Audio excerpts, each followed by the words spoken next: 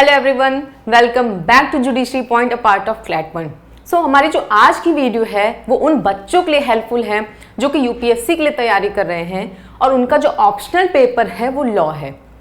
तो लॉ में उनको कौन कौन से टॉपिक्स कवर करने हैं, कैसे कवर करने हैं, कौन कौन से बुक्स उनको पढ़ना है, स्ट्रेटजी क्या क्या रहेगी, ये सारी चीज़ें आज हम डिस्कस करेंगे आज की वीडियो में। So let's begin. तो सबसे पहले जिन बच्चों का लॉ ऑप्शनल सब्जेक्ट है उनके लिए लॉ के दो पेपर होते हैं, paper first and paper second. ठीक है, paper first and paper second दोनों पेपर जो होता है वो 250 मार्क्स का होता है। ठीक है, 250 मार्क्स फॉर ईच पेपर। जो पेपर फर्स्ट है, this is paper first and paper second. तो जो पेपर फर्स्ट है वो दो बोर्ड्स टॉपिक्स में जो मेजर टॉपिक है उसमें डिवाइड रहते हैं। पहला क्या होता है, कॉन्स्टिट्यूशनल एंड एडमिनिस्ट्रेटिव लॉ। ठीक है, ये पहला टॉपिक होता है पेपर फर्स्ट का। दूसरा क्या है, इंटरनेशनल लॉ। ठीक, तो कॉन्स्टिट्यूशनल एंड एडमिनिस्ट्रेटिव लॉ में क्या पूछा जाएगा, कॉन्स्टिट्यूशन से रिगार्डिंग पूछा जाएगा। और इंटरनेशनल लॉ में जितना भी हम लोग इंटरनेशनल ट्रीटीज हो गया है तो इन सब के बारे में पूछा जाएगा। आगे चल के हम लोग डिटेल में इसको डिस्कस करने वाले हैं। अब आ जाइए पेपर टू। पेपर टू जो होता है वो मेजरली 4 पार्ट्स में डिवाइड होता है। 4 जो इसमें टॉपिक्स रहते हैं वहां से क्वेश्चन पूछे जाते हैं। तो पहला क्या है, लॉ ऑफ क्राइम। ठीक है, लॉ ऑफ क्राइम में जैसे कि जो अभी बीएनएस है वहां से most of the topics cover होगा। Law of torts, law of contracts and mercantile law and contemporary legal development. तो ये 4 टॉपिक है जो most of the portion cover करते हैं पेपर सेकेंड में। तो 2 पेपर होते हैं, paper first and paper second. दोनों पेपर 250 मार्क्स के होते हैं। पेपर फर्स्ट में जो 2 है कॉन्स्टिट्यूशनल एडमिनिस्ट्रेटिव लॉ आएगा और दूसरे में इंटरनेशनल लॉ आएगा। ठीक है, और जो पेपर सेकेंड है उसमें law of crime, law of tort, law of contract and mercantile law and contemporary legal development, ये सब आएगा। अब लीगल डेवलपमेंट में क्या, कौन से नए लेटेस्ट जजमेंट आया है वो सारी आपको पढ़नी पड़ेगी, किस केस पे आया है वो सब चीजें आपको देखना पड़ेगा। तो चलिए अब हम लोग इसको डिटेल में डिस्कस करते हैं। तो चलिए अब पेपर फर्स्ट का सिलेबस क्या है। तो पेपर फर्स्ट जो होता है वो consist of question with 250 marks. अब हम लोग पहले ही देख चुके हैं कि जो पेपर फर्स्ट है उसमें 2 मेजर टॉपिक्स आते हैं। कौन कौन से, constitutional and administrative law and international law. तो इसमें कौन कौन से टॉपिक पूछा जाता है तो चलिए वो हम लोग डिस्कस करते हैं। तो कॉन्स्टिट्यूशनल एंड एडमिनिस्ट्रेटिव लॉ में क्या क्या पूछा जाता है। तो सबसे पहले constitution and constitutionalism, the distinct feature of constitution. Constitution का प्रीएम्बल क्या कहता है, उसके फीचर्स क्या क्या है। ठीक है, यूनिटरी है कि फेडरल है, यूनिटरी है तो क्यों है, फेडरल है तो क्यों है, ये सारी चीजें पूछा जाता है। ठीक, दूसरे में क्या है, fundamental right, public interest litigation जिसको हम लोग PIL भी कहते हैं, legal aid and legal service authority. तीसरा जो मेजर पोर्शन कवर करता है that is relationship between fundamental right, directive principle of state policy and fundamental duties. Fundamental right किनको किनको दिया गया है, किस पोर्शन में फंडामेंटल राइट दिया गया है। ठीक है, इसके कुछ इंपॉर्टेंट केस लॉज भी हैं। मेनका गांधी का केस मोस्ट इंपॉर्टेंट है। फंडामेंटल ड्यूटीज कॉन्स्टिट्यूशन में कहाँ प्रोवाइड है, इसके जो इंपॉर्टेंट वैल्यूज क्या क्या हैं। ठीक है, दोनों में रिलेशन क्या है fundamental right and fundamental duties में। ठीक, directive principle of state policy कहाँ प्रोवाइडेड है, fundamental right and directive principle of state policy में रिलेशन क्या क्या है, ये सारी चीजें पूछी जाती हैं। नेक्स्ट है constitutional position of president and relation with the council of minister. सब जानते हैं कि प्रेसिडेंट जो वो होता है वो हेड ऑफ नेशन होता है। ठीक है, तो इन लोग की कॉन्स्टिट्यूशनल पोजीशन क्या है, प्रेसिडेंट की जो रिलेशन होता है with the council of ministers वो क्या क्या है, तो ये सारी चीजें इसमें पूछी जाएगी। जो नेक्स्ट मेन इंपॉर्टेंट टॉपिक है that is governor and there powers. ठीक है, सो जो गवर्नर होता है वो हेड ऑफ द स्टेट होता है, जो प्रेसिडेंट है वो हेड ऑफ नेशन है, गवर्नर जो है वो हेड ऑफ स्टेट है। तो गवर्नर कैसे अपॉइंट किए जाते हैं, उनके पावर्स क्या क्या होते हैं, उनके रिलेशंस क्या क्या होते हैं, ये सारी चीज़ें पूछी जाती हैं। अब आइए जो नेक्स्ट टॉपिक है वो है supreme court and high court. ठीक है। Both the courts are appellate court. तो इनमें जो जजेस की अपॉइंटमेंट होती है वो कैसे होती है, जजेस का ट्रांसफर होता है वो कैसे पूछा जाएगा, इनके पावर, फंक्शंस एंड ज्यूरिसडिक्शन के बारे में पूछा जाएगा। ठीक, सो अपॉइंटमेंट एंड ट्रांसफर ऑफ जजेस, सुप्रीम कोर्ट के पावर कौन कौन से, हाई कोर्ट के पावर कौन कौन से, वो पूछा जाएगा। फंक्शंस और ज्यूरिसडिक्शन पूछा जाएगा। हाई कोर्ट जो होता है वो पूरे एक स्टेट को कवर करता है, वैसे जो सुप्रीम कोर्ट होता है वो पूरे इंडिया में एक है। ठीक है, कौन कौन से मैटर डायरेक्ट हाई कोर्ट जाएगा, कौन कौन से मैटर डायरेक्ट सुप्रीम कोर्ट जाएगा, तो ये सारी चीजें यहां से पूछी जाएगी। नेक्स्ट है centre, state and local bodies. तो सेंटर, स्टेट और लोकल बॉडीज, उनके पावर क्या क्या है, distribution of legislative power between union and the state and local bodies, ये सारी चीजें अभी पूछी जाएगी।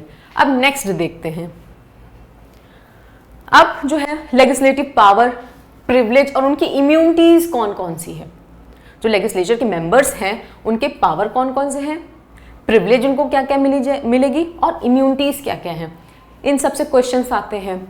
Service under the union and the state, इससे रिलेटेड क्वेश्चन आते हैं। रिक्रूटमेंट कैसे होगा, कंडीशंस ऑफ सर्विस क्या क्या रहेगा, कॉन्स्टिट्यूशनल सेफगार्ड, एडमिनिस्ट्रेटिव ट्रिब्यूनल, तो इन सबसे क्वेश्चन पूछा जाएगा।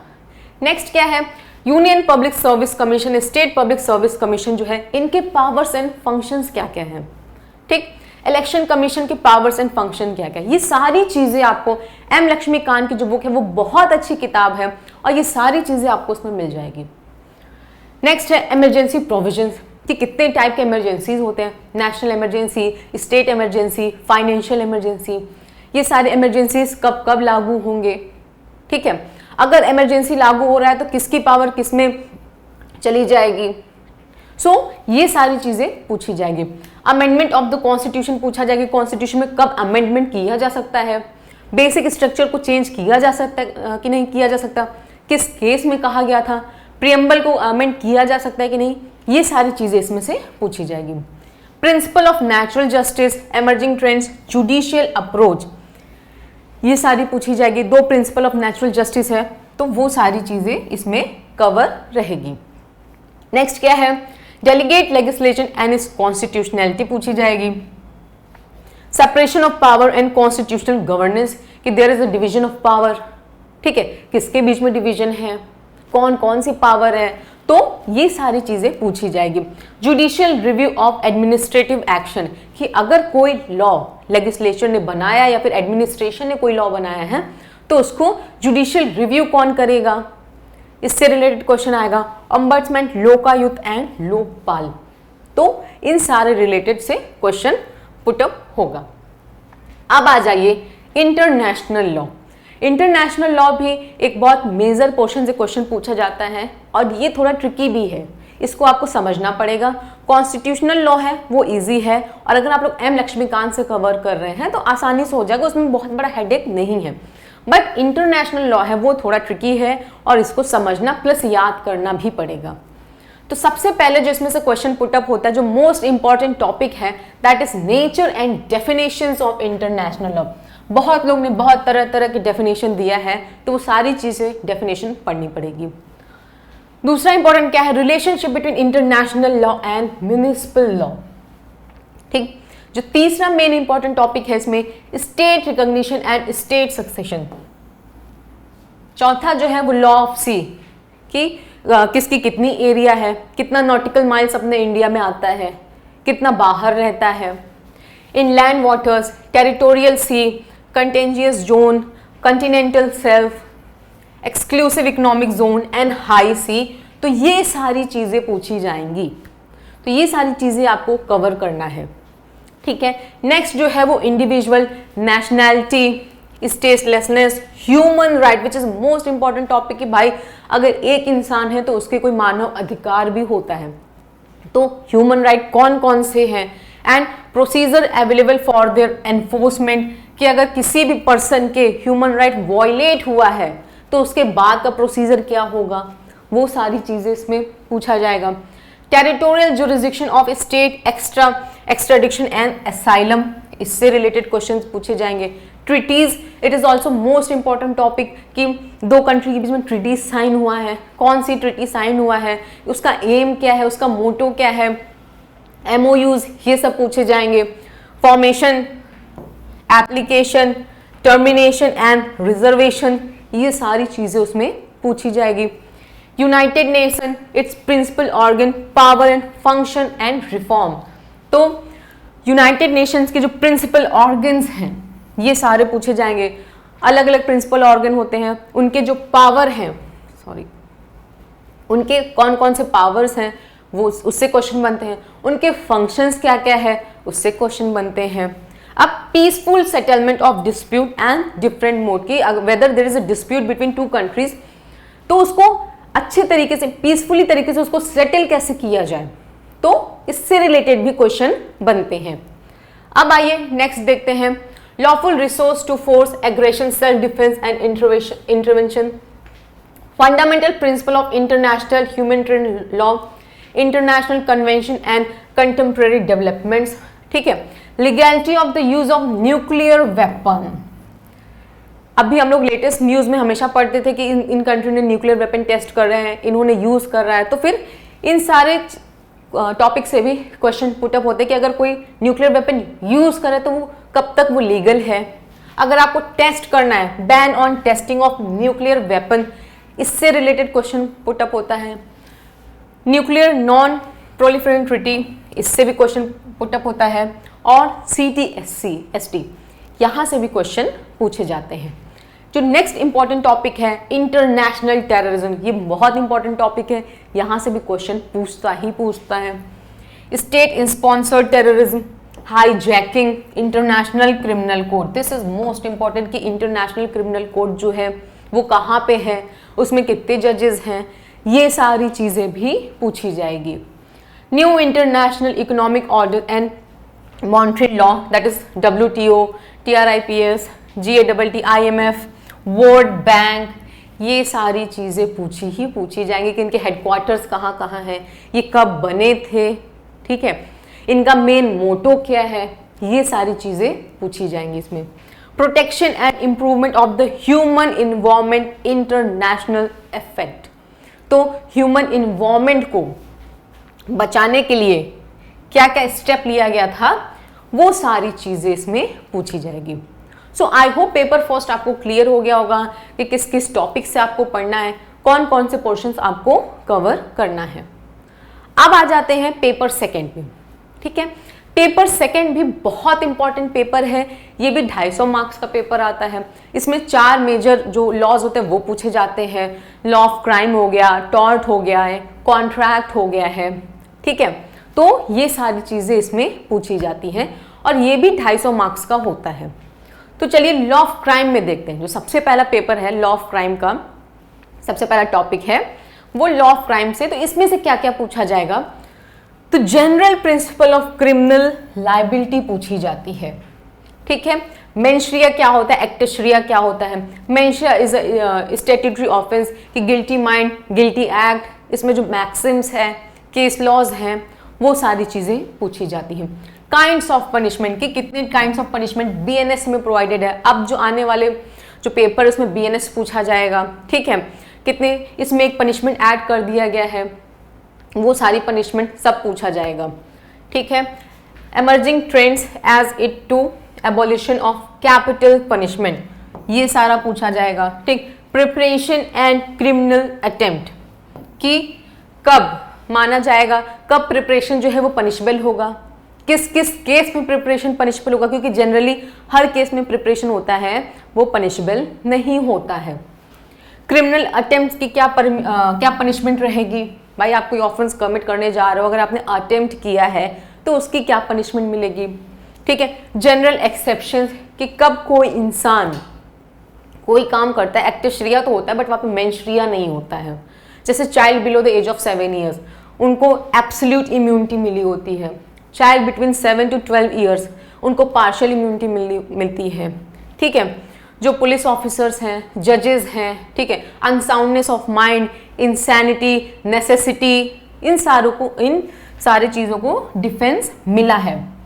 तो जनरल एक्सेप्शंस भी आपसे पूरा पूछा जाएगा, जॉइंट एंड कंस्ट्रक्टिव लायबिलिटी पूछा जाएगा कि जब 5-6 लोग मिल के काम कोई ऑफेंस कमिट कर रहे हैं कॉमन इंटेंशन में, तो each and every person will be liable. इन सारे रिलेटेड प्रोविजन से भी क्वेश्चन आएगा।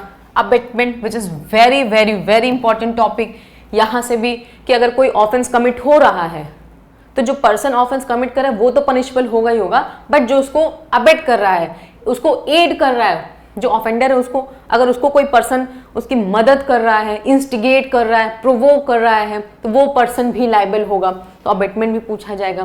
क्रिमिनल कॉन्स्पिरेसी से भी रिलेटेड क्वेश्चन आएगा कि जब 2 या 2 से अधिक लोग मिल के कॉन्स्पिरेसी करते हैं to do an illegal act या फिर to do legal act in an illegal manner, तो यहां से रिलेटेड भी क्वेश्चन आएगा। And offences against the state, waging war against the government of India, तो इन सारे रिलेटेड टॉपिक से भी क्वेश्चन पूछे जाएंगे। अब नेक्स्ट देखते हैं ऑफेंस अगेंस्ट पब्लिक ट्रैंक्विलिटी, ठीक है, अनलॉफुल असेंबली हो गया है, रॉइटिंग हो गया है, एफ्री हो गया है, इन सब से रिलेटेड भी क्वेश्चन पूछा जाएगा। कब कोई असेंबली अनलॉफुल हो जाएगा, ठीक है, तो इन सारे रिलेटेड से भी टॉपिक से रिलेटेड क्वेश्चन पुट अप होगा। Offence against human body, that is murder, culpable homicide, kidnapping, abduction हो गया है, हर्ट हो गया है, ग्रीवियस हर्ट हो गया, रॉन्गफुल रिस्ट्रेन, रॉन्गफुल कन्फाइनमेंट, इन सारे टॉपिक से भी रिलेटेड क्वेश्चंस बनेंगे। दूसरा क्या, offence against the property, that is theft हो गया है, स्नैचिंग, अभी जो नया ऐड हुआ है बीएनएस में, ठीक है, थेफ्ट हो गया है, स्नैचिंग हो गया है, एक्सटॉर्शन, रॉबरी हो गई, डकैती हो गई, criminal breach of trust, miss appropriation of property, तो ये सारे जो टॉपिक्स हैं वहां से भी क्वेश्चन पुट अप होगा। हाउस ब्रेकिंग क्या होता है, ठीक, हाउस ट्रेसपास, क्रिमिनल ट्रेसपास, ये सारे जो टॉपिक है वो सारे इंपॉर्टेंट टॉपिक है। Offence against women, offence against women जो बीएनएस है उसमें ये पोर्शन जो है ऑफेंस अगेंस्ट जो विमेन है, एक टॉपिक ये भी बहुत इंपॉर्टेंट है कि आईपीसी में जितने भी ऑफेंसेस अगेंस्ट विमेन थे वो सब स्कैटर्ड फॉर्म में थे। जैसे रेप का पहले दे दिया गया है, क्रुएल्टी का बाद में दिया गया है, बट अपना जो बीएनएस है उसमें जितने भी ऑफेंसेस अगेंस्ट विमेन है उन सबको एक ही जगह एकत्रित करके रख दिया गया है। तो जैसे कि रेप हो गया है, क्रुएल्टी हो गया है, मिसगैरेज हो गया है, ठीक है, ये सारी चीजें, स्टॉकिंग हो गया है, इन सारे टॉपिक से भी रिलेटेड क्वेश्चन पूछा जाएगा इस बार। डिफेमेशन, कि कब कोई चीज डिफेमेशन में आएगी, उनके एक्सेप्शंस कब कौन कौन से हैं, वो सारी चीजें पूछी जाती हैं। Prevention of corruption act, this is also very most important topic, यहां से भी क्वेश्चंस पुट अप होते ही होते हैं। Protection of civil right act 1955 and subsequent legislative development and last जो है वो है प्ली बार्गेनिंग, ठीक, ये भी बहुत इंपॉर्टेंट टॉपिक है। ये बीएनएसएस जिसको हम लोग सीआरपीसी का से जानते थे, ये वहां से आप लोग को पढ़ना होगा। चलिए अब आते हैं नेक्स्ट, हम लोग देखते हैं कि लॉ ऑफ टॉर्ट से कौन कौन से इंपॉर्टेंट टॉपिक्स हैं जहां से क्वेश्चन पूछे जाते हैं। देखिए कोई भी एक्ट अगर आप पढ़ रहे हो, लॉ में सबसे बड़ी जो चीज होती है, जो जनरली हर बच्चे ये मिस्टेक कमिट करते हैं कि नहीं हमको सारा पढ़ना है, हमको पूरा एकदम पढ़ के एकदम ज्ञाता बन जाना है, तो ऐसा पॉसिबल नहीं है। अगर आप किसी एग्जाम की तैयारी कर रहे हो तो उस एग्जाम का सबसे पहले आप रिक्वायरमेंट समझिए कि आखिरकार इसमें कहाँ से क्वेश्चन पुटअप होता है, कौन कौन से पोर्शंस हम लोग को पढ़ना है और कौन कौन से पोर्शन हम लोग को छोड़ना है, क्योंकि सब नहीं पढ़ना होता है। कोई ऐसा बच्चा नहीं है जो पूरा पढ़ के जाएगा, नहीं, आपको कुछ पोर्शन छोड़ना है, कुछ पोर्शन बहुत अच्छे से पढ़ना है और कुछ पोर्शन काम चलाऊ तरीके से पढ़ना है, ठीक है। तो वो चीजें छांटना है और वो आप ही कर सकते हो। एक बार आपने नॉर्मली कोई एक्ट पढ़ा, फिर जब आप दोबारा उसकी पढ़ोगे तो उसमें से छांटना शुरू करना पड़ेगा। वो चीजें सिर्फ आप ही कर सकते हो, वो कोई और आपकी जगह नहीं कर सकता है। तो लॉ ऑफ टॉर्ट में क्या क्या पूछता है, नेचर एंड डेफिनेशन, कि टॉर्ट की डेफिनेशन क्या क्या है। दूसरा, liability based upon fault and strict liability and absolute liability, कब स्ट्रिक्ट लायबिलिटी आएगी, कब एब्सोल्यूट लायबिलिटी, वाइकेरियस लायबिलिटी कब कब आएगी। तो ये सारी चीजें पूछा जाएगा। इसमें जो केस लॉज हैं वो भी कभी कभी पूछ लिया जाता है। Vicarious liability including state liability, general defence, joint tort feasor, remedies and negligence, ये सारे इंपॉर्टेंट टॉपिक्स हैं टॉर्ट के, इसको आपको पढ़ के ही जाना है। जो नेक्स्ट इंपॉर्टेंट टॉपिक है वो है deformation, nuisance, conspiracy, false imprisonment, malicious prosecution, consumer protection act 1986।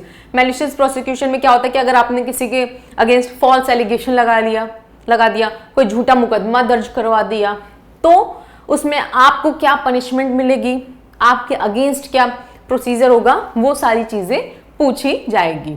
चलिए अब आते हैं जो नेक्स्ट है law of contract and mercantile law. इसमें क्या क्या पूछा जाएगा, तो nature and formation of contract and E contract, this is one of the most important topic है कि एग्रीमेंट कब होगा, ठीक है, कॉन्ट्रैक्ट किसे कहेंगे, प्रपोजल एंड एक्सेप्टेंस किसे कहेंगे, उनकी डेफिनेशंस क्या क्या किस सेक्शन में है, ठीक है, और इनके इलस्ट्रेशन, ये सारी चीजें आपको पढ़नी है। फैक्टर्स विशिएटिंग फ्री कंसेंट, कि कब आपकी कंसेंट फ्री मानी जाएगी, कब आपकी कंसेंट फ्री नहीं मानी जाएगी। अगर आप मेजर हैं तो ठीक है, अगर आपकी जो कंसेंट जो है वो अनड्यू इन्फ्लुएंस, फॉल्स, मिसरिप्रेजेंटेशन से नहीं है, तब वो आपकी कंसेंट फ्री मानी जाएगी, ठीक है। अगर आपकी जो कंसेंट है वो अनड्यू इन्फ्लुएंस, फॉल्स या फिर मिसरिप्रेजेंटेशन से आपकी कंसेंट लिया गया है, तो वो कंसेंट आपकी फ्री कंसेंट नहीं मानी जाएगी। अगर आप कंसेंट देते समय साउंड माइंड है, तब वो कंसेंट फ्री कंसेंट मानी जाएगी। अगर आप अनसाउंड है, तो आपकी जो कंसेंट की जो वैल्यू है वो null and void, that is 0 होगी। तो कंसेंट कब फ्री होगी, ये कंडीशंस आपको पढ़ना पड़ेगा कि आप साउंड माइंड हो, मेजर हो, ठीक है, अनड्यू इन्फ्लुएंस, फ्रॉड, मिसरिप्रेजेंटेशन नहीं होना चाहिए, ठीक। Void, voidable, illegal and unenforceable agreement क्या है, ये आपको पढ़ना है कि कब कोई एग्रीमेंट वॉइड है। अगर एग्रीमेंट किसी माइनर के द्वारा किया गया है तब वो वॉइड होता है। Agreement in restrain of trade, agreement in restrain of marriage, ये सारे जो एग्रीमेंट है ये वॉइड होते हैं। इलीगल एग्रीमेंट कब होता है, कब कोई एग्रीमेंट होता है तो वो अनएनफोर्सेबल हो जाता है, ठीक है। तो ये सारी चीजें आपको पढ़ना है।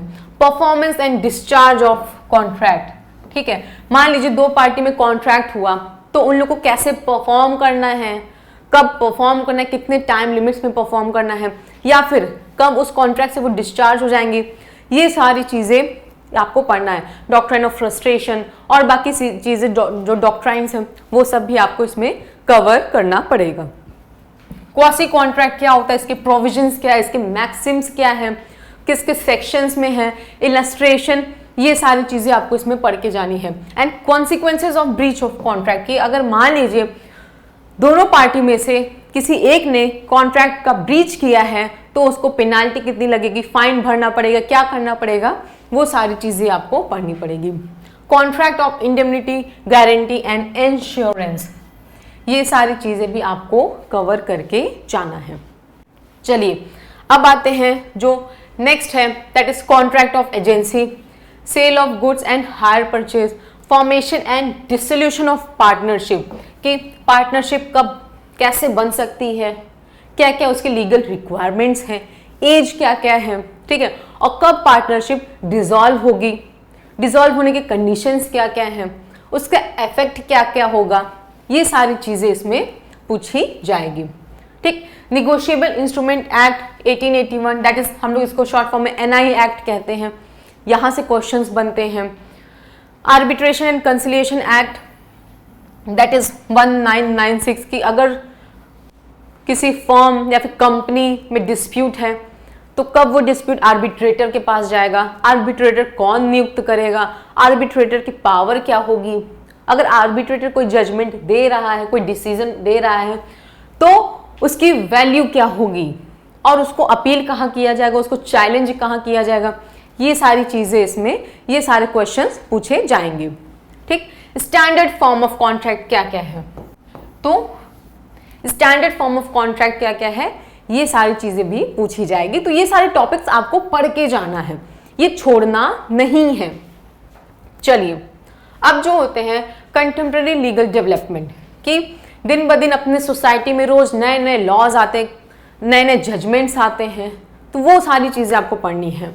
तो सबसे पहले जो इसमें इंपॉर्टेंट है PIL की पब्लिक इंटरेस्ट लिटिगेशन क्या होता है, अपने इंडिया में ये कब आया, ठीक, इसका रोल क्या है, इसकी इंपॉर्टेंस क्या है, तो ये सारी चीज़ें आपको पढ़नी है।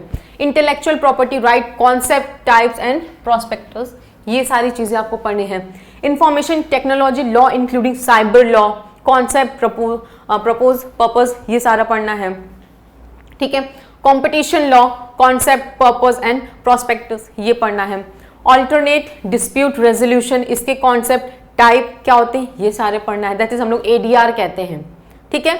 इसको शॉर्ट फॉर्म में हम लोग ADR कहते हैं कि मान लो अगर आप कोई डिस्प्यूट दो पार्टी के बीच में हुआ है और वो कोर्ट में नहीं सेटल करना चाहते, बाहरी आउट ऑफ कोर्ट वो सेटलमेंट करना चाहते, तो वो कैसे करेंगे, उसका प्रोसीजर क्या होगा, वो कैसे सेटलमेंट होगा, वो इसमें देखना है, ठीक है।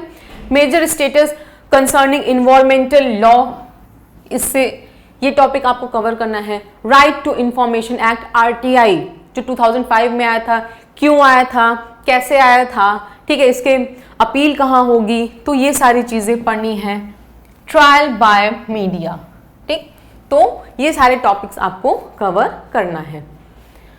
चलिए अब आते हैं नेक्स्ट, देखते हैं कि क्या स्ट्रेटजी लेके आपको चलना है। अभी तक हम लोग ने देख लिया कितने पेपर्स होते हैं, कितने मार्क्स के होते हैं, और दोनों पेपर के जो इम्पोर्टेंट पोर्शन, जो इम्पोर्टेंट टॉपिक है, आपको कौन कौन से पढ़ के जाने हैं, जो मोस्ट इंपॉर्टेंट है आपको उसको जरूर पढ़ना है। तो ये सारी चीज़ें हम लोग देख लिया, ठीक है।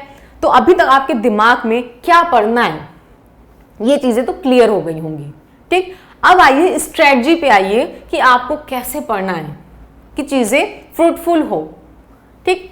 तो सबसे पहले जो आपके नोट्स हैं, चाहे वो आप किसी इंस्टीट्यूट से मिला हो, चाहे वो आपने खुद बनाया हो, किसी बुक से बनाया हो, उसको बार बार रिवाइज करना है, ठीक है। देखिए इसमें क्या होता है, लॉ में क्या होता है, जो सिलेबस होता है वो बहुत लेंदी होता है, इसीलिए इसमें रिवीजन बहुत मांगता है, ठीक है। तो it is better to read one book many time than many book one time, ठीक है। अगर आप बहुत सारी किताबें सिर्फ एक बार पढ़ोगे तो उसका कोई वैल्यू नहीं है, लेकिन अगर आप एक ही किताब बार बार पढ़ोगे तो उसकी वैल्यू ज़्यादा होगी, उसका रिजल्ट आपको ज़्यादा मिलेगा।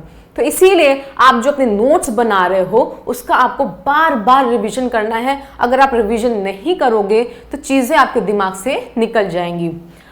दूसरा क्या है, आप प्रीवियस ईयर क्वेश्चन को एनालाइज करिए, ठीक है। जो प्रीवियस ईयर क्वेश्चंस है उसको एनालाइज करिए, कैसे क्वेश्चंस पूछे जाते हैं वो देखिए, ठीक है। अगर वही क्वेश्चन आपसे पूछा जाता है तब उसमें क्या क्या आंसर लिखेंगे, आप अपने आंसर की शुरुआत कैसे करेंगे, इंट्रोडक्शन में क्या डालेंगे, कंक्लूजन में क्या डालेंगे, डेफिनेशन कौन कौन सी देंगे आप, इलस्ट्रेशन कौन कौन सी देंगे, तो वो सारी चीज़ें आप पहले लिख के रख लेना है। ये सारी लास्ट मोमेंट पे नहीं होता है, जब आप प्रिपरेशन की स्टार्टिंग करेंगे तभी से आपको ये सारी चीज़ें ध्यान में रखनी है। तो सबसे पहले क्या करना है, आपको जो आपकी नोट्स है उसको रिवाइज करना है, ठीक है। उसको आपको भूलना ही नहीं है, डेली एक बार उसको पलटना ज़रूर है। दूसरा क्या है कि जो प्रीवियस ईयर के क्वेश्चन है उसको आपको एनालाइज करना है, उसको ये कि नहीं हम बाद में देखेंगे, लास्ट मोमेंट में देखेंगे, जब सब पढ़ लेंगे तब देखेंगे, नहीं, आप उसको एक बार पहले देखो, ताकि अगर आप वो सब्जेक्ट पढ़ रहे हो, अगर वो सब्जेक्ट आप स्टडी कर रहे हो, उसको कवर कर रहे हो, तो ये पता चले आपको कि हाँ ये टॉपिक इंपॉर्टेंट है, इससे रिलेटेड क्वेश्चन आता है, ठीक है। तो जो छाटना, जो कहते हैं नहीं छाटना है, तो उससे वो कहाँ से छाटेंगे आप, प्रीवियस ईयर क्वेश्चन से ही छाटेंगे आप। तीसरा क्या है कि कंटिन्यूअस आंसर राइटिंग प्रैक्टिस है, क्योंकि ऐसे जो पेपर्स होते हैं, जो यूपीएससी के जो पेपर हैं वो काफ़ी लेंदी आता है, तो आपको वहाँ बैठ के सोचने का टाइम नहीं मिलेगा कि नहीं अब इसके बाद हम क्या लिखें। तो आपको आंसर राइटिंग प्रैक्टिस तो करनी ही करनी पड़ेगी कि इसके बाद कौन सी हेडिंग मुझे डालनी है, इस क्वेश्चन को मुझे कितना टाइम देना है। टाइम फैक्टर मोस्ट इंपॉर्टेंट जो फैक्टर होता है, क्योंकि बहुत लोगों का क्वेश्चन छूट जाता है और आपको क्या कोशिश करना है कि पेपर लेंदी आता है तो मेरा कोई भी पेपर, कोई भी क्वेश्चन छूटे ना, क्योंकि बहुत बच्चे होते हैं जिनके क्वेश्चन छूट जाते हैं। तो आपका क्या रहेगा कि हमको सारे क्वेश्चन अटेम्प्ट करने हैं, भले ही थोड़ा थोड़ा जो भी लिखें, जैसे भी लिखें, आपको अपनी इतने स्पीड मेंटेन करना पड़ेगा कि आपको सारे क्वेश्चन अटेंड कर पाओ। तो ये कहाँ से आएगा? ये कंटिन्यूअस आंसर राइटिंग प्रैक्टिस से ही आएगा, जिससे आपकी स्पीड डेवलपमेंट होगी। ठीक है, आपका कॉन्सेप्ट कितना क्लियर है ये पता चलेगा आपको। ठीक है, मान लीजिए कोई क्वेश्चन आपके पास आया तो आप उसको कितने मिनट में कर पा रहे हो, उसमें आप क्या क्या लिख पा रहे हो और उसमें क्या क्या इंप्रूवमेंट कर सकते हो आप। ये सारी चीजें कहां से पता चलेगी?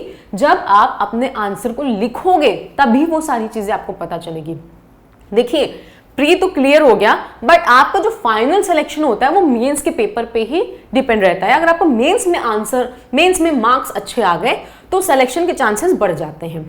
ठीक है, तो इसीलिए अपने नोट्स को रिवाइज करना है बार बार। ठीक है, प्रीवियस ईयर क्वेश्चन को एनालाइज करना है और आंसर राइटिंग प्रैक्टिस जरूर करना है, जिससे कि आपकी स्पीड बढ़ सके, कॉन्सेप्ट क्लियर हो सके, अपनी जो आपकी गलती है उसको आप इंप्रूव कर सके। और कभी कभी लगता है कि नहीं, हाँ ये क्वेश्चन मुझे याद है, मैं इसको कर ले जाऊंगा, लेकिन आप जब करने बैठते हो, उस क्वेश्चन का आंसर लिखने बैठते हो, तो आपको लगता है कि अरे मैं क्या लिखूं, मुझे तो कुछ समझ में ही नहीं आ रहा, मैं तो भूल गया, मैं इसका शुरुआत कहाँ से करूं, मैं इसके इंट्रोडक्शन में क्या डालूं, मैं इसके कंक्लूजन में क्या डालूं। तो ये सारी चीजें आपकी दूर होंगी किससे? आंसर राइटिंग प्रैक्टिस से। चलिए, नेक्स्ट है जो लॉ के लिए स्पेशली है, वो current affair relating to law, कि कौन कौन से जजमेंट्स आए, कौन कौन से नए लॉज आए। ठीक है, बीएनएस इस समय जो मोस्ट इंपॉर्टेंट जो लॉज, 3 लॉज जो आए हैं, जो अपकमिंग एग्जाम के लिए, यूपीएससी एग्जाम के लिए जो इंपॉर्टेंट है, बीएनएस, बीएनएसएस, बीएससी।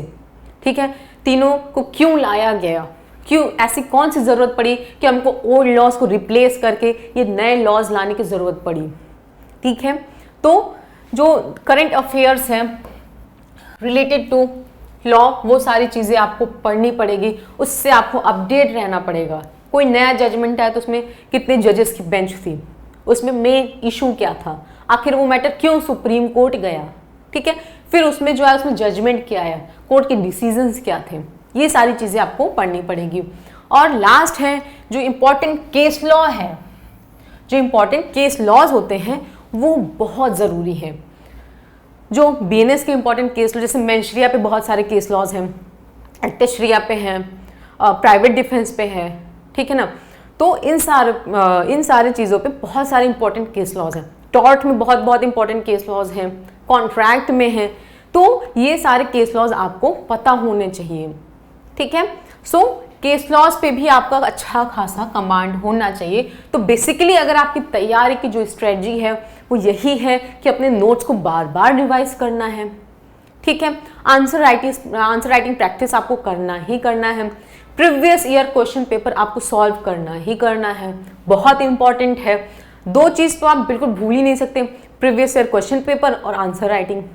चौथा क्या है कि भाई आप जो नए लॉज हैं, ठीक है, जो नए जजमेंट्स हैं, जो नए डिसीजंस हैं, आप उनसे अपडेट रहिए। और जो केस लॉज हैं, जो हर एक सब्जेक्ट के इंपॉर्टेंट केस लॉज हैं, आपको वो भी याद रहना चाहिए। अब आते हैं नेक्स्ट देखते हैं कि आपने सब्जेक्ट देख लिया कि नहीं मुझे ये सब्जेक्ट पढ़ना है, उस सब्जेक्ट में टॉपिक देख लिया कि इस सब्जेक्ट में मुझे ये इंपॉर्टेंट टॉपिक है, इसको कवर करना है। ठीक है, स्ट्रैटेजी भी देख लिया। अब आइए देखते हैं कि कौन कौन सी बुक आपको पढ़ना है। ठीक है, तो लॉ ऑफ थॉट के लिए बांगे किताब बहुत अच्छी होती है, बहुत बहुत बहुत अच्छी किताब है, तो इसको आपको कवर करना ही करना है। Law of contract and specific relief के लिए अवतार सिंह की किताब बेस्ट है। ठीक है, और लॉ ऑफ कॉन्ट्रैक्ट के लिए बेयर एक्ट भी आपको पढ़ना है। ठीक है, bare act plus Avtar Singh की बुक है। अब देखिए, अगर आप कोई भी लॉ का सब्जेक्ट पढ़ रहे हो तो उसका जो बेस है वो बेयर एक्ट है। ठीक है, लॉ कहाँ से पैदा होता है, वो बेयर एक्ट से पैदा होता है, तो बेयर एक्ट पे आपका कमांड होना मस्ट है। आप बेयर एक्ट को भूल ही नहीं सकते। आप कितनी भी किताबें पढ़ लें, कुछ भी पढ़ लें, अगर आपको बेयर एक्ट पे कमांड नहीं है, अगर आपको बेयर एक्ट पढ़ने का तरीका नहीं पता है तो बेकार है। तो इसीलिए लॉ ऑफ कॉन्ट्रैक्ट का आपको बेयर एक्ट पढ़ना बहुत ज़रूरी है। कोई कहे या ना कहे, बहुत लोग कहते हैं कि नहीं आपको बेयर एक्ट पढ़ने की ज़रूरत नहीं है, बट नहीं, ये गलत है। लोग आपको मिसगाइड कर रहे हैं। भाई बेयर एक्ट ही पढ़ने की आपको जरूरत है, वही मेन है, ठीक है। तो बेयर एक्ट तो आपको पढ़ना ही पढ़ना है, उसके साथ आपको अवतार सिंह की बुक है वो भी पढ़नी है, ठीक। तो कॉन्स्टिट्यूशन ऑफ इंडिया में बेयर एक्ट पढ़ना है, बेयर एक्ट आपको हर हालत में पढ़ना, उसको नहीं छोड़ना है। उसके बाद जो है वो पीएम बख्शी की किताब बहुत अच्छी है। ज्यूरिस्प्रूडेंस में बीएन मनी त्रिपाठी, ये भी बहुत अच्छी किताब है। और बेयर एक्ट एज यूजुअल, जैसे मैंने कहा कि अगर आप कोई भी आप लॉ पढ़ रहे हो तो उसका जो बेस है, जो उसकी रीढ़ की हड्डी है, जो बैकबोन है, वो क्या है, बेयर एक्ट है। तो आपको बेयर एक्ट तो पढ़ना ही पढ़ना है। लोग आपसे 1000 बार कहे कि नहीं आपको बेयर एक्ट नहीं पढ़ना है, ये नहीं पढ़ना, सिर्फ आपको इतना ही पढ़ के काम हो जाएगा, नहीं, वो सब मिसगाइड कर रहे हैं। बेयर एक्ट आपको पढ़ना ही पढ़ना है, ठीक। चलिए अब जो देखते हैं, Indian constitutional law by M P Jain, ठीक। Administrative law by I P Massey, international law by Shaw, ठीक। International law by S K Kapoor, Starke's international law by J G Starke and IPC that is BNS, ठीक। Earlier it was IPC but now it is BNS, Bharatiya Nyaya संहिता। उसकी S N Mishra की किताब आती है, वो भी बहुत अच्छी किताब है। बाकी अगर आप legal development, current law issue से क्रॉनिकल वगैरह में बहुत सारे ऐसे कॉलम्स होते हैं, आप वहाँ से भी पढ़ सकते हैं कि कौन से नए नियम कानून आए, कैसे आए, ठीक है। कोई नया जजमेंट है, वो कितने बेंच के जजेस ने डिसीजन दिया है, तो वो सारी चीज़ें आपको पढ़ना है, ठीक है। अब आइए important topic in UPSC law syllabus. अभी तक हम लोग ने देखा, जो सब्जेक्ट वाइज हम लोग ने कवर किया कि इस सब्जेक्ट में ये है, इस सब्जेक्ट में ये इंपॉर्टेंट है, इस पेपर में ये पोर्शन ज़्यादा इंपॉर्टेंट है। अब हम लोग ओवरऑल एक व्यू देखेंगे कि ठीक है भाई, सब्जेक्ट वाइज तो ठीक है, बट ये टॉपिक हम लोग को 110% कवर करके जाना ही जाना है। तो पहला है कॉन्स्टिट्यूशन एंड कॉन्स्टिट्यूशनलिज्म। बहुत इंपॉर्टेंट है कि कॉन्स्टिट्यूशन की जो डेवलपमेंट हुआ था, जो कॉन्स्टिट्यूशन बना है, वो कैसे बना है, डिफरेंट पार्ट ऑफ कॉन्स्टिट्यूशन किस किस पार्ट ऑफ कंट्री से, किस किस कंट्री से लिया गया है, वो सारी चीज़ें बहुत इंपॉर्टेंट है, ठीक। कॉन्स्टिट्यूशन का फीचर क्या है, फेडरल है, यूनिटरी है। फेडरल है तो उसके जो 5 उसके फीचर्स हैं वो क्या क्या है, कि रिटन होना चाहिए, डिवीजन ऑफ पावर होना चाहिए, ठीक है। तो ये सारी चीज़ें आपको पूरी याद करके जाना है, अच्छे से पढ़ के जाना है, आंसर राइटिंग प्रैक्टिस करके जाना है। दूसरा क्या है, फंडामेंटल राइट। किन किन आर्टिकल में फंडामेंटल राइट दिया गया है, ठीक है। कौन कौन सा फंडामेंटल राइट सिटीजन को अवेलेबल है और कौन कौन सा fundamental right citizen and non citizen दोनों के अवेलेबल है, ये सारी चीज़ें आपको देखना ही देखना है, ठीक है। अगर किसी पर्सन का फंडामेंटल राइट वायलेट हो रहा है तो आप उसके अगेंस्ट रेमेडी क्या है, ठीक है, आपको रिट क्या है, ठीक है, हैबियस कॉर्पस, मैंडेमस, प्रोहिबिशन, सर्सोररी, ये सब क्या है, ये सारी चीज़ें आपको पढ़ के ही जाना है, ठीक है, आपको छोड़ना नहीं है। एम लक्ष्मीकांत की किताब बहुत अच्छी है, उससे आपको ये सारी चीज़ें मिल जाएगी। आपको अगर कॉन्स्टिट्यूशन का पोर्शन अच्छा करना है तो बेयर एक्ट के साथ साथ आप एम लक्ष्मीकांत की किताब भी आप एक बार पढ़ लीजिएगा, बहुत ईजी लैंग्वेज में सब कुछ उसमें दिया हुआ है। दूसरा क्या है, relationship between fundamental right, directive principle and fundamental duties. तो ये भी बहुत इंपॉर्टेंट टॉपिक है कि अगर फंडामेंटल राइट है, directive principle of state policy है, डायरेक्टिव प्रिंसिपल ऑफ स्टेट है, तो उसमें कौन प्रिवेल किया जाएगा, दोनों में कॉन्ट्राडिक्शन होगा तो कौन प्रिवेल किया जाएगा, ठीक है, क्यों प्रिवेल किया जाएगा, दोनों में रिलेशन क्या है, वो सारी चीज़ें आपको देखनी है। Supreme court and high court देखना है, ठीक है, कि सुप्रीम कोर्ट की जुरिस्डिक्शन क्या है, हाई कोर्ट की जुरिस्डिक्शन क्या है, दोनों में पावर क्या है, ठीक है। 226 में हम किसके पास जाएंगे, आर्टिकल 32 में किसके पास जाएंगे, वो सारी चीज़ें आपको पढ़नी है। दोनों जो आर्टिकल 226 और आर्टिकल 32 है, दोनों में वाइड पावर किसके पास है, सुप्रीम कोर्ट के पास है कि हाई कोर्ट के पास है, ये सारी चीज़ें आपको कवर करके जानी है। Centre, state and local bodies पढ़ के जाना है। Service under the union and the state, ठीक है, तो ये पढ़ना है आपको। इमरजेंसी प्रोविजन पढ़ना है कि टाइप्स ऑफ इमरजेंसी, उसके इफेक्ट क्या होंगे, ठीक है, कौन कौन से आर्टिकल, अगर कुछ ऐसे आर्टिकल्स हैं जब इमरजेंसी लागू होता है तो कुछ आर्टिकल्स क्या होते हैं, वो थोड़े दब जाते हैं, उनको दबा दिया जाता है कि अभी फंडामेंटल राइट है वो आपको अभी नहीं मिलेगा, इमरजेंसी के बाद मिलेगा, तो वो कौन कौन से फंडामेंटल राइट हैं कि इमरजेंसी लगते ही वो समाप्त कर दिए जाते हैं। ठीक है, तो वो सारी चीजें आपको पढ़नी है। Principle of natural justice, emerging trend and judicial approach, nature and definition of international law, law of sea, ये भी इंपॉर्टेंट टॉपिक है जो कि आपको यूपीएससी में पढ़ के जाना है। अब आते हैं जो नेक्स्ट मोस्ट इंपॉर्टेंट टॉपिक है, territorial jurisdiction of state, extradition and asylum. ठीक है, ये पढ़ के जाना है। यूनाइटेड नेशन आपको अच्छे से पढ़ के जाना है कि इनकी बॉडीज कौन कौन सी होती है, उनके पावर कौन कौन से होते हैं। ठीक है, तो जुरिसडिक्शन क्या क्या होता है ये पढ़ के जाना है। Fundamental principle of international humanitarian law पढ़ के जाना है। New international economic order and monetary law पढ़ के जाना है। General principle of criminal liability पढ़ के जाना है। इंपॉर्टेंट है ये कि कब कोई पर्सन ये माना जाएगा कि उसने कोई ऑफेंस कमिट किया है, कब उसको डिफेंस मिलेगा। ठीक है, एक्टेशरिया कब माना जाएगा, मेंशरिया कब माना जाएगा। ठीक है, तो ये पढ़ के जाना है। प्रिपरेशन एंड क्रिमिनल अटेम्प्ट्स पढ़ के जाना है। ऑफेंस अगेंस्ट स्टेट, सारे इंपॉर्टेंट टॉपिक है, ये सब तो आपको कवर करके ही जाना है और आंसर राइटिंग प्रैक्टिस तो करके ही जाना है। तो प्रिपरेशन एंड क्रिमिनल अटेम्प्ट्स पढ़ना है। ऑफेंस अगेंस्ट द स्टेट अच्छे से पढ़ के जाना है। प्रिवेंशन ऑफ करप्शन एक्ट 1988 पढ़ के जाना है कि सीवीसी क्यों बनाई गई है, अगर कोई पर्सन करप्शन कर रहा है तो उसके बाद की प्रोसीजर क्या होगी, ये सारी चीजें आपको पढ़ के जानी है। Protection of civil right act 1955, ये आपको पढ़ना है। ठीक है, law of torts, nature and definition, ये आपको अच्छे से पढ़ के जाना है। इसमें बहुत सारे डेफिनेशन दिए गए हैं, वो सारी डेफिनेशन आपको याद करना है। ठीक, कंज्यूमर प्रोटेक्शन एक्ट 1986, ये भी अच्छे से पढ़ना है। Law of contract and mercantile law, ये भी पढ़ना है। पब्लिक इंटरेस्ट लिटिगेशन, ये बहुत इंपॉर्टेंट है कि कब कौन सी पीआईएल हाई कोर्ट आएगी, कब कौन सी पीआईएल सीधे सुप्रीम कोर्ट जाएगी, ये सारी चीजें पढ़नी है। कॉम्पिटिशन लॉ पढ़ना है। ऑल्टरनेट डिस्प्यूट रेजोल्यूशन ADR, ये पढ़ के जाना है। राइट टू इंफॉर्मेशन एक्ट, ये पढ़ के जाना है। एंड ट्रायल बाय मीडिया, ये सारे जो टॉपिक हैं ये बहुत इंपॉर्टेंट टॉपिक है, इसको आपको तो 110% कवर करके ही जाना है। सो आई होप आज की वीडियो में जो हमारे बताने का जो मोटो था कि जो बच्चे यूपीएससी की तैयारी कर रहे हैं और वो कंफ्यूज हो जाते हैं कि लॉ के पोर्शन में हम लोग क्या पढ़ें, क्योंकि वो अपने ग्रेजुएशन के समय तो बहुत सारे सब्जेक्ट्स पढ़ते हैं, बट उनमें से छांटना कैसे है कि कौन कौन से यूपीएससी में पूछा जाएगा, तो वो कैसे छांटे। तो ये हमारा मोटो था, वो आप लोग को क्लियर हो गया होगा कि पेपर फर्स्ट में कौन कौन से सब्जेक्ट्स आते हैं और उन सब्जेक्ट में कौन कौन से टॉपिक होता है, और पेपर सेकंड में कौन कौन से सब्जेक्ट्स हैं, और पेपर सेकंड के जो सब्जेक्ट्स हैं उसमें कौन कौन से टॉपिक पूछे जाते हैं।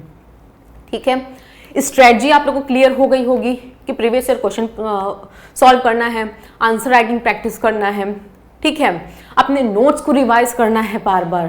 ठीक है, जो general current national issues, international issues, जो करंट लॉज हैं, करंट जजमेंट है, वो सारी चीज़ों से आपको अवेयर रहना है। और जो केस लॉज हैं वो सारी चीज़ें आपको पढ़नी है। ये हम लोग ने देख लिया, कौन कौन से इंपॉर्टेंट बुक है वो देख लिया, और एट लास्ट कौन कौन से ऐसे इंपॉर्टेंट टॉपिक हैं जो आपको 110% कवर करके जाना है, तो वो सब हम लोग ने अच्छे से कवर कर लिया है।